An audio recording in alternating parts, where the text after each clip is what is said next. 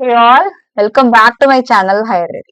நம்ம இப்போ ரொம்ப ஸ்ட்ராங்கா மிஷின் லேர்னிங் ஃபேஸ்க்குள்ள போறோம். ஏன் நான் இது ரொம்ப ஸ்ட்ராங்கா போறோம்னு சொல்றேன்னா, நம்ம இப்ப பேசிக்ஸ்ல ரொம்ப கிளியர் ஆகி பிகாஸ் டேட்டா கிளீனிங் பத்தி நமக்கு ஐடியா இருக்கு, விஷுவலைசேஷன் பத்தி ஐடியா இருக்கு, என்ன பண்ணணும் ஸ்டார்டிங்ல இருந்து அப்படின்னு ஒரு கிளாரிட்டி இருக்கு. Now, the important phase is learning machine learning. நம்ம ப்ரீவியஸ் வீடியோல ஆல்ரெடி டே 39ல we have seen the differences between the basic and foundational machine learning strategies. ஸ்பெசிஃபிக்கா ரெக்ரெஷன்னா என்ன, கிளாசிபிகேஷன்னா என்ன, அண்ட் கிளஸ்டரிங்னா என்ன, இதுக்கான மேஜர் டிஃபரன்சஸ் என்னெல்லாம். ஸோ எந்த மாதிரியான கேஸ் ஸ்டடியில எந்த ஒரு அல்காரிதம் எடுத்து அப்ளை பண்ணுவீங்க அப்படின்றத ப்ரீவியஸ் வீடியோல பாத்துங்க. இன்னும் நீங்க அந்த வீடியோ பார்க்கலன்னா make sure you watch that video. So now what you have to do. So உங்ககிட்ட இப்போ ஒரு டேட்டா கொடுத்துட்டாங்க, எந்த எம்எல் மாடலை சூஸ் பண்ணுவீங்க அப்படின்றதுக்கு முன்னாடி you should follow so many important steps. So இப்போ நம்ம நிறைய ஸ்டெப்ஸ் பார்த்துட்டு இருக்கோம்ல. ஸோ இப்போ ஒரு ப்ராஜெக்ட் எடுத்து ஒர்க் பண்றீங்க அப்படின்னா ஸ்டாண்டர்டா என்ன ஒரு ஒர்க் ஃப்ளோவை ஃபாலோ பண்ணுவீங்க. ஸோ நம்ம ஜஸ்ட் தியரி பேஸ்ட் கான்செப்டா பார்த்துருந்தோம், பட் எக்ஸாக்டா என்னென்ன ஸ்டெப்ஸ் எல்லாம் வரும், அந்த ஸ்டெப்ஸுக்குள்ள என்னென்ன ஸ்டெப்ஸ் இருக்கு அப்படின்றத ரொம்ப கிளியரா இந்த வீடியோல பார்க்க போறோம். ஸோ இந்த வீடியோல இன்கேஸ் இஃப் பாசிபிள் நான் உங்களுக்கு டிஸ்கிரிப்ஷன்ல I'll be providing the steps along with the notes. இந்த வீடியோவை ஃபர்ஸ்ட் ஆஃப் ஆல் கிளியரா லிசன் பண்ணுங்க. So next to that go and have a look into the description and then take notes. இல்ல video pass பண்ணி if you want to take notes also you can do it. So let's see what are the standard steps that you need to follow in every different kind of projects. Let's see.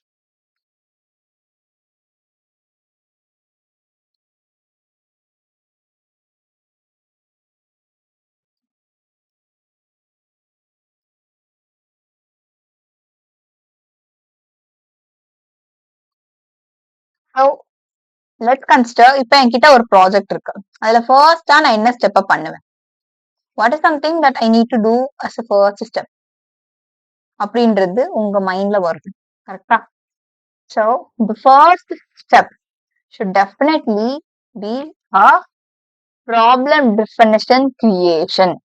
உங்களுக்கு எந்த ஒரு ப்ராஜெக்ட்ஸ்லயுமே கிளியரா problem டெஃபினேஷனை கொடுக்கவே மாட்டாங்க. நீங்க data paste ரோல்குள்ள போறீங்கன்னா ID கம்பெனிஸ்குள்ள அவங்க உங்ககிட்ட ஒரு டேட்டாவையும் இதனால் அந்த டேட்டால என்னெல்லாம் நடந்துச்சுன்ற ஒரு சிம்பிளான ஒரு சினாரியோவை கொடுப்பாங்க. ஸோ உங்களோட டாஸ்கல்ல இருந்து ஒரு இன்ஃபர்மேஷன் எடுத்து கொடுக்கறதா இருக்கும், இல்ல அந்த டேட்டாவை வச்சு ஒரு ப்ராசஸ ஆட்டோமேட் பண்றதா இருக்கும். ஸோ இப்போ நீங்க ஃபர்ஸ்ட் ஸ்டெப்பா ஒரு ப்ராப்ளம கிளியரா டிஃபைன் பண்ணணும். இந்த ஒரு ஸ்டேட்மெண்ட் கேள்விப்பட்டிருக்கீங்களா? மேக்ஸ் ப்ராப்ளம்ஸ் எல்லாம் சால்வ் பண்ணும் அப்படின்னா அந்த ப்ராப்ளம திருப்பி திருப்பி படிச்சு பார்த்தாலே உங்களுக்கு அந்த ப்ராப்ளம்கான பாதி சொல்யூஷன் கிடைச்சிடும், ஃபார்முலா தெரிஞ்சா மீதி சொல்யூஷன் முடிஞ்சிச்சு அப்படின்னு. ஸோ அந்த மாதிரி தான் data science, artificial intelligence and machine learning இந்த மாதிரி டெக்னாலஜிஸும்.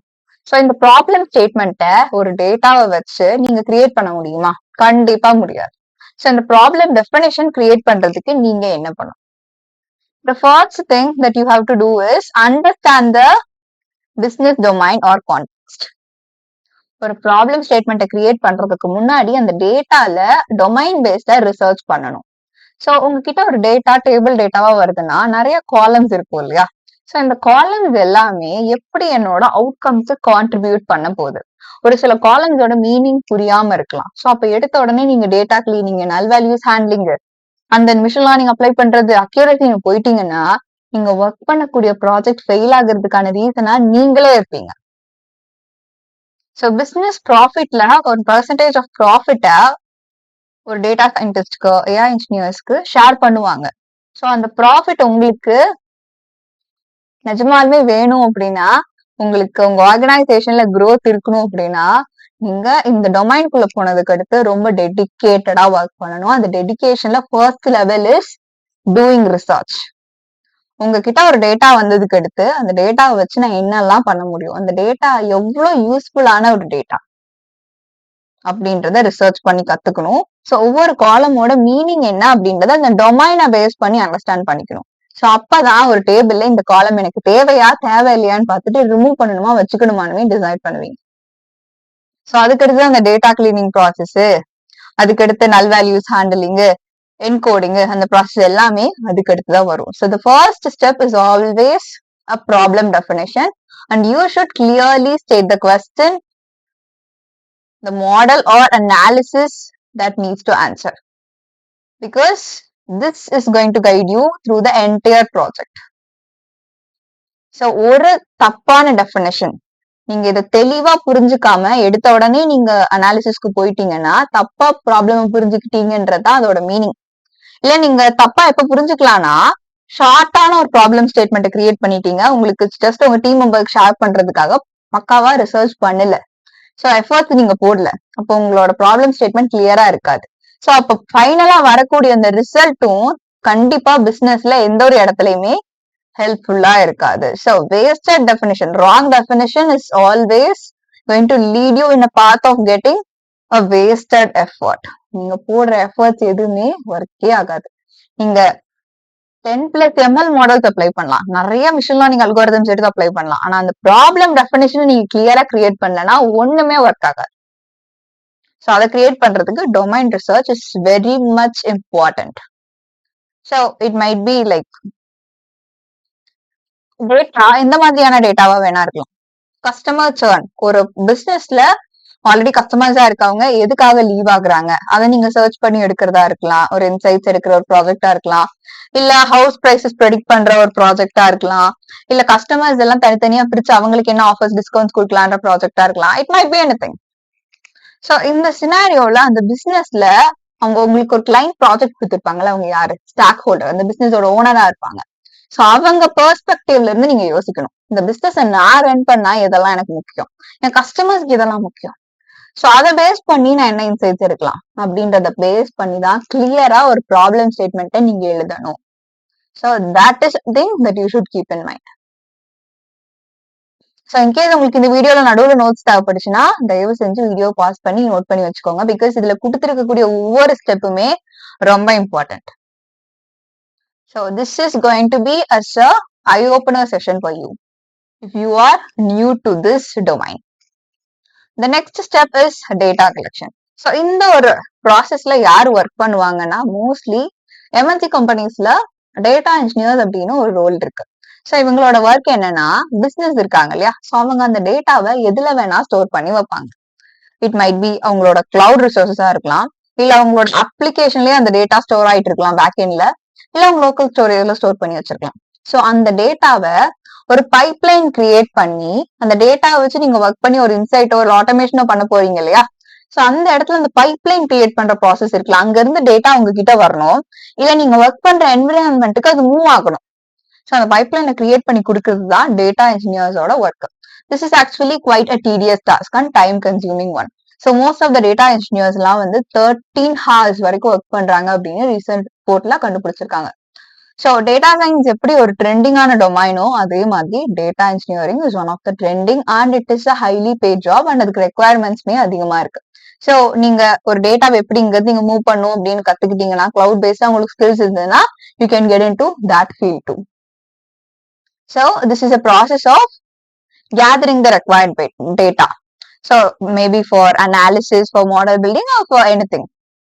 So data எங்க இருந்தெல்லாம் வரலாம் மெயினா, மேபி ஒரு SQL யூஸ் பண்ணி நீங்க இன்டர்னல் டேட்டா பேசிஸ் ஒரு ஆப்ல இருக்குன்னா கலெக்ட் பண்ணலாம், இல்ல நீங்க ஒரு ப்ராஜெக்ட்டுக்கு இன்சைட் இருக்கிற மாதிரி ப்ராஜெக்ட்ஸா இருந்ததுன்னு வச்சுக்கோங்களேன், இன்ஃபர்மேஷன் எடுக்கிற ஒரு ப்ராஜெக்டா இருக்குன்னா நீங்க அந்த டேட்டாவை பப்ளிக் டேட்டா செட்ஸ் ஆகுது, அதாவது ஒரு கேகிள் டேட்டா செட்ஸ் எல்லாம் ஆல்ரெடி அவைலபிளா இருக்கு இல்லையா, அது கூட கம்பேர் பண்ணி பார்த்து நம்ம டேட்டால எல்லாம் இருக்கா, and then அதுல இருந்து என்ன இன்சைட்ஸ் எடுத்திருக்காங்க, அதை வச்சு நம்ம என்ன லேர்ன் பண்ணிக்கலாம். ஸோ அந்த மாதிரி டேட்டா செட்ஸ் எடுக்கலாம், இல்ல ஏபிஐஸ் யூஸ் பண்ணி. ஸோ ஏபிஐனா என்னன்னா, நீங்க ஜென்ரலா ஒரு கீ மாதிரி கொடுப்பீங்க, ஸோ அதை பேஸ் பண்ணி ஆப்ல டிஃபால்ட்டா பேக்எண்ட்ல இருக்கக்கூடிய டேட்டாவை கனெக்ட் பண்றதுக்காக யூஸ் பண்ணக்கூடிய ஒரு கீ மாதிரி.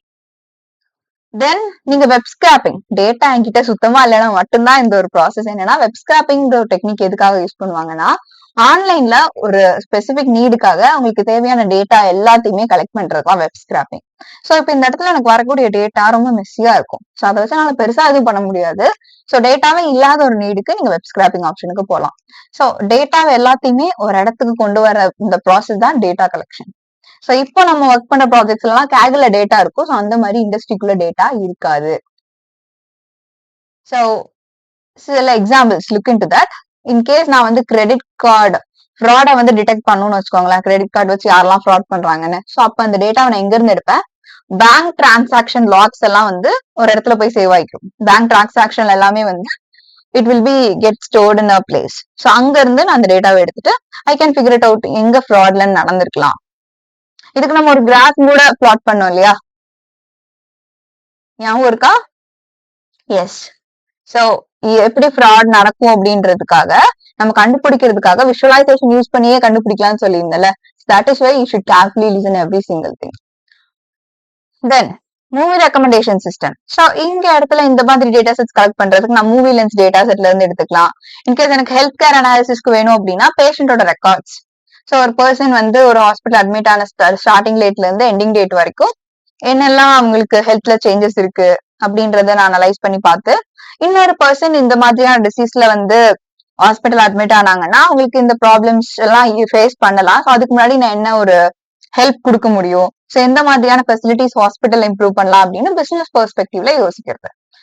ஸோ இந்த இடத்துல எனக்கு வேர்ல்ட் ஹெல்த் ஆர்கனைசேஷன் டேட்டா செட்டுமே எனக்கு தேவைப்படலாம். இல்ல ஒரு ஹாஸ்பிட்டல் இருக்கக்கூடிய பேஷண்ட் ரெக்கார்ட்ஸ் டைரக்டா எடுத்து நான் ஒர்க் பண்ணலாம். The third step is data cleaning. So this is the major step. நான் இது நிறைய வீடியோல மென்ஷன் பண்ணியிருக்கேன். எந்த ஒரு டேட்டா பேஸ் ரோல்ஸ்ல ஒர்க் பண்ணீங்கன்னாலும் உங்ககிட்ட கொடுத்த ஒரு டேட்டா சச் ஹியூஜ் டேட்டாவா இருக்கும், ஒரு பிக் டேட்டாவா தான் கண்டிப்பா இருக்க போகுது. அந்த டேட்டாவை கிளீன் பண்றதுக்கு தான் நீங்க 70% ஆஃப் டைம் ஒர்க் பண்ணுவீங்க.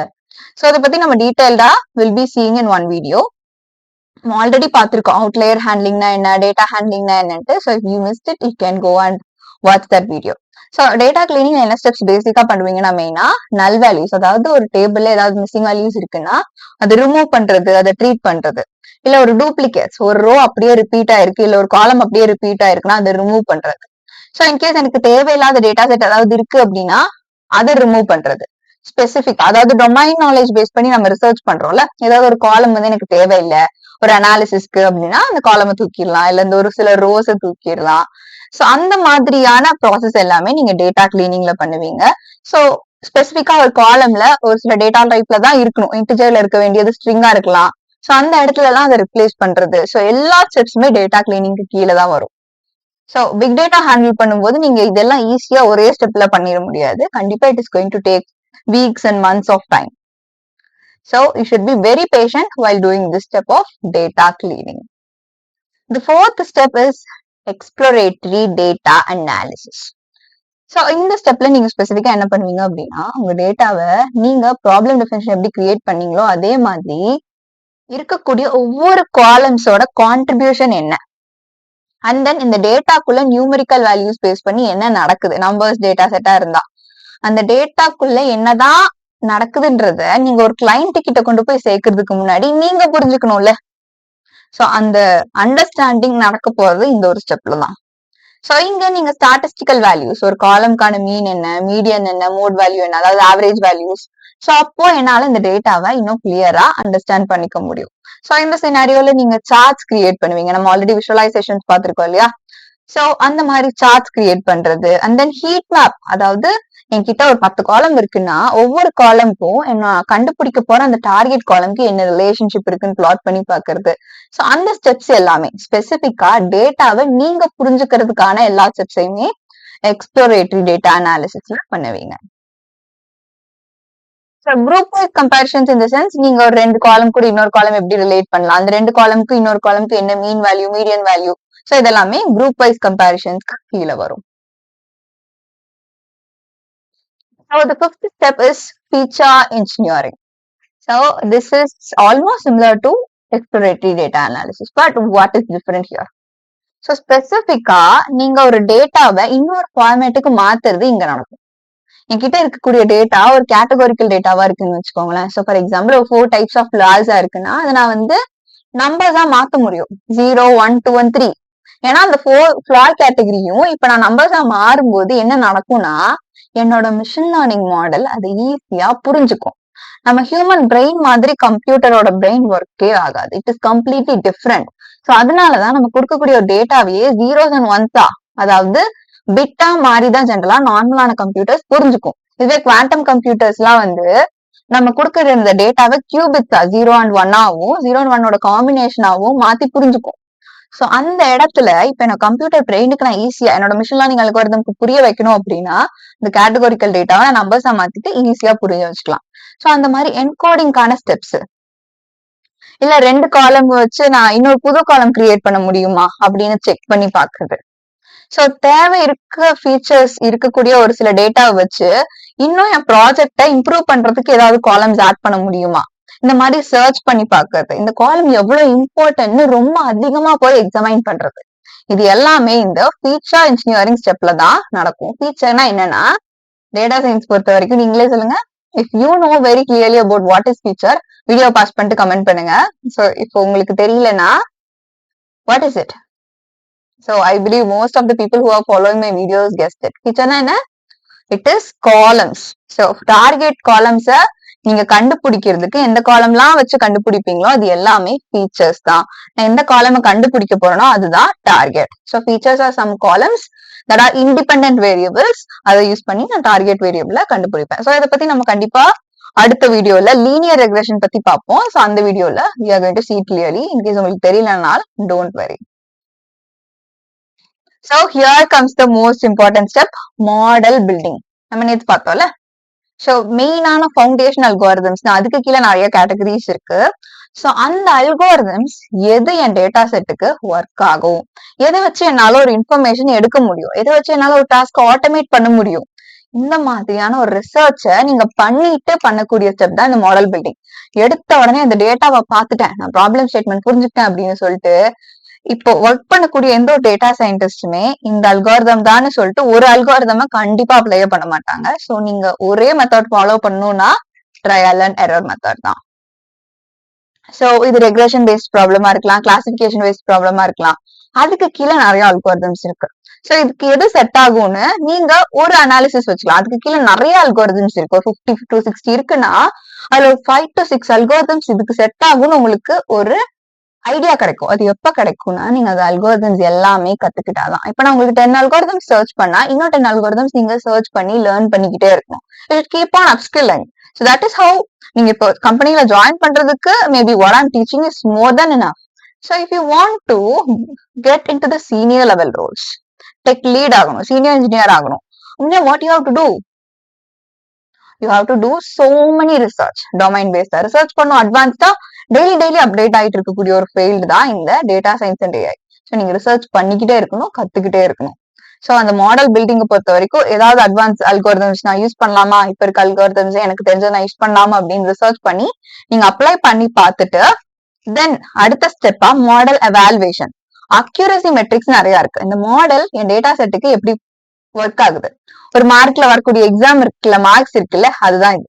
ஒண்ணுமே இல்ல, என் மாடல் என் டேட்டா செட்டுக்கு எப்படி ஒர்க் ஆயிருக்கு அப்படின்றத அக்யூரசி மூலமா நம்ம அதை பார்த்து கண்டுபிடிக்கிறது. இல்ல நிறைய மெட்ரிக்ஸ் இருக்கு. மெட்ரிக்ஸ்னா சிம்பிளா சொல்லணும்னா ரெக்ரெஷனுக்கு நான் அக்யூரசிய நான் mean absolute error, mean squared error, R square value அப்படின்னு பார்த்து நான் என் மாடல் எப்படி பெர்ஃபார்ம் பண்ணுதுன்னு கண்டுபிடிப்பேன். சோ அதே மாதிரி கிளாசிபிகேஷனுக்கு வேற மெட்ரிக்ஸ் இருக்கு, கிளஸ்டரிங்க்கு வேற மெட்ரிக்ஸ் இருக்கு. சோ இந்த மாதிரியான எவாலுவேஷன் மெட்ரிக்ல வர வேல்யூவை வச்சு என் மாடல் என் டேட்டா செட்ல எப்படி ஒர்க் பண்ணிருக்கு அப்படின்றத டெஸ்ட் பண்ணி பார்த்துட்டு இது கரெக்ட் தானா, நான் சூஸ் பண்ணி போட்டேன் இவ்வளோ ஸ்டெப்ஸ்ல நான் இதுதான் என் மாடல்னு டிசைட் பண்றதுக்கு இது கரெக்டா ஒர்க் ஆயிருக்கா அப்படின்றது அந்த அக்யூரசி வேல்யூ அந்த மெட்ரிக்ஸ்ல எனக்கு அவுட்புட் வச்சுதான் நான் டிசைட் பண்ணுவேன். So evaluation is like a deciding factor. So இதுக்குள்ள எனக்கு வர அவுட்புட்ன்றது it's a deciding. So that is what we'll be doing in evaluation. And final step is, இப்போ என்கிட்ட ஒரு மாடல் பில்ட் பண்ணிட்டேன். இப்போ எனக்கு தெரியுது இதுல இருந்து வந்த இன்ஃபர்மேஷன். சோ எனக்கு இதை ஆட்டோமேட் பண்ணிட்டேன். இப்போ இண்டஸ்ட்ரி கிட்ட உங்க கிளைண்ட் கிட்ட ஹேண்ட் ஓவர் பண்ணுவீங்கல்ல, அது எப்படி பண்ணுவீங்க? அவங்களுக்கு நீங்க பண்ண அந்த ப்ராஜெக்ட ஒரு ஆப்பா டெவலப் பண்ணி கொடுப்பீங்களா, ஒரு வெப்சைட்டா டெவலப் பண்ணி கொடுப்பீங்க. சோ அதை ஹோஸ்ட் பண்ணி என்னெல்லாம் பண்ணணும், அந்த எல்லா ஸ்டெப்புமே இல்ல கிளவுட் கூட கனெக்ட் பண்ணுமா, டேட்டா பேஸ் கனெக்ட் பண்ணணுமா, இந்த எல்லா ஸ்டெப்ஸுமே இந்த மாடல் டெப்ளாய்மெண்ட்டுக்குள்ளதான் வரும். ஸோ deployment is process of making the trained model available for real world use. உங்க கிளைண்ட்ஸோ அவங்க கிளைண்ட்ஸ்க்கு இருக்கக்கூடிய அந்த கஸ்டமர்ஸோ அந்த ஒரு அப்ளிகேஷனையோ இல்ல அந்த வெப்சைட்டையோ அவங்க அதுல ஒர்க் பண்றது, இன்டராக்ட் பண்ண வைக்கிறது தான் இந்த டெப்ளாய்மெண்டோட ஒர்க். ஸோ நீங்க முடிச்ச அந்த ப்ராஜெக்டோட அந்த ஒர்க்கை டெப்ளாய் பண்ணி அவங்க கிட்ட அந்த ப்ராஜெக்டை ஹேண்ட் ஓவர் பண்ணிடுவீங்க. ஸோ இதுக்கடுத்து இந்த மாடல்ஸ் அவங்க எவாலுவேட் பண்றது, மானிட்டரிங் அந்த மாதிரி ஸ்டெப்ஸ் எல்லாம் இருக்கு. So this is something that you should know very clearly. So இதுல நம்ம பார்த்த ஒவ்வொரு ஸ்டெப்ஸுமே ரொம்ப ப்ரெஷியஸ் அண்ட் இம்பார்ட்டன்டான ஸ்டெப்ஸ். ஸோ இதுல இருக்கக்கூடிய டாபிக்ஸ் அண்ட் ஒரு சில கீவேர்ட்ஸ் நான் கண்டிப்பா டிஸ்கிரிப்ஷன்ல ஆட் பண்றேன். ஸோ மறக்காம செக் பண்ணிருங்க. So and importantly you should take notes. Taking notes is not optional for this session. That is the only option. Because இந்த டாபிக்ஸ் எல்லாம் உங்களுக்கு கண்டிப்பா மறந்து போகும். நீங்க இண்டஸ்ட்ரிக்குள்ள போனதுக்கு அடுத்து கண்டிப்பா ஹெல்ப்ஃபுல்லா இருக்கும். உங்களோட இன்டர்வியூல இந்த ஸ்டெப்ஸ் எல்லாம் நீங்க தெளிவா சொன்னீங்கன்னா கண்டிப்பா இன்டர்வியூவர் அடுத்த ரவுண்டுக்கு உங்களை செலக்ட் பண்ணிடுவாங்க. ஸோ கோடிங்ல நீங்க எந்த அளவுக்கு ப்ரிப்பேர் ஆகுறீங்கன்றது தான் இம்பார்ட்டன்ட். இன்டர்வியூல செலக்ட் ஆகுறது it's going to be easy. Technical ஹெச்ஆர்லாம் ஈஸியா கிராக் பண்ணிடலாம். இந்த வீடியோ நீங்க கிளியரா பார்த்து நோட்ஸ் மட்டும் எடுத்து வச்சீங்கன்னா. So bye for now. We'll meet you in next amazing video. Bye.